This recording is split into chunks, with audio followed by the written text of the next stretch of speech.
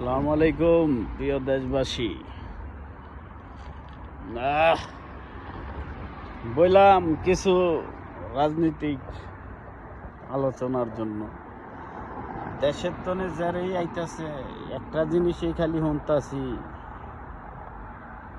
প্রতিটা এলাকায় আমলিগ ভাগ্যা যাওয়ার পরে আমলিগ তো একটা গ্রুপ আছিল, তারা জায়গা বেচলে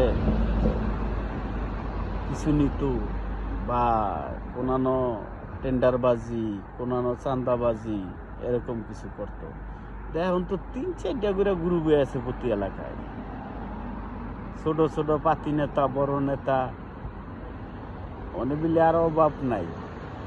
এমনি যদি দেশ চলে, এখন সরকার নাই এটা বাস্তব, কিন্তু দেশটা তো মনে হয় আমাগো। সাধারণ জনগণ বিএনপিরে সমর্থন করবো কিনা কইতারি না, তবে আমলিগরে বাইরে যে দেশের তো বাইর করে দিছে এই কথাটা এই পাতি নেতা গো মাথার ঢুকতেছে না মনে হয়। সামনে দিনগুলি কেমন যাবে এটা কইতারি না, তবে নির্বাচনের পরে কারা পাশ হয় এইটাও কইতারি না, কারণ বিএনপি ভালো একটা প্রভাব থাকলো এটা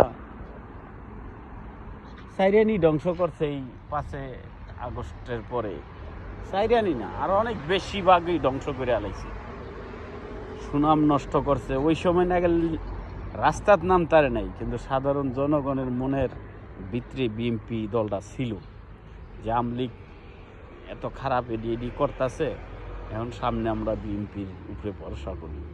কিন্তু এখন যে এই 1.5 বছরে, 1 বছর 1 মাসে যে একটা পরিস্থিতি তৈরি হয়েছে, তাতে তো দেশে মনে হয় না যে বিএনপির উপরে ভরসা করতে পারতেছে সাধারণ মানুষ।